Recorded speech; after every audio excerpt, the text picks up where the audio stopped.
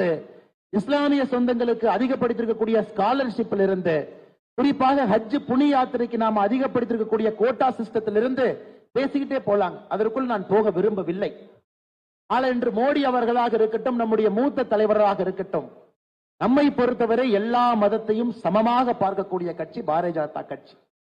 அப்பீஸ்மென்ட் for நன் என்கின்ற கொள்கையை வைத்திருக்கிறது.